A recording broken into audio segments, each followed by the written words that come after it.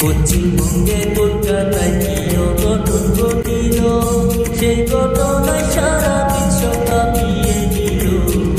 হাইরে পাষাণ মানুষ পুঁজি আজও আছে দুনিয়ায়, তার ঘটনা শুনলে কলজা পাইকা যায়। 18 জন মানুষ মিলে একটা তারে দর্শন কইরা যায়। একটা ঘরে শিকার বয়ে কান্দে হায়রে হায়, চিৎকার করে কান্না করলেও কান্না শোনার মতো কেউ নাই। হাতে পায়ে দড়ি দিয়া শব্দ করে বেঁধে, হায়রে মানুষ পাষাণ তোমরা এ কি করিলে। পাগল হইয়া চিৎকার করে তবু রেহাই দিলা না তারে। ডক্টরেরই রিপোর্ট মতো জানা গেল, শরীরেতে 113টা তারের চিহ্ন।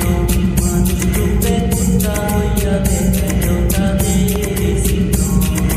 মায়ের বুকটা খালি হইয়া দিলা যে কেড়ে, এখন মায়ের চোখের জলে সাগর যাবে সে। কেঁদে কেঁদে বলে মায়ে কি করেছিল আমার মেয়ে।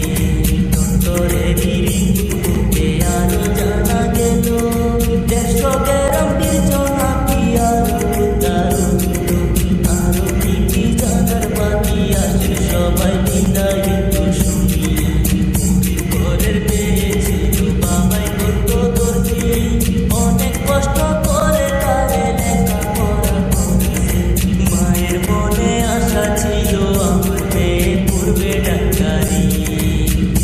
ঘুইরা কাইরা দিয়ে জানি তুমি প্রাণ, চক্ষু দিয়া দেখো জানি তুমি মায়ের সন্তান।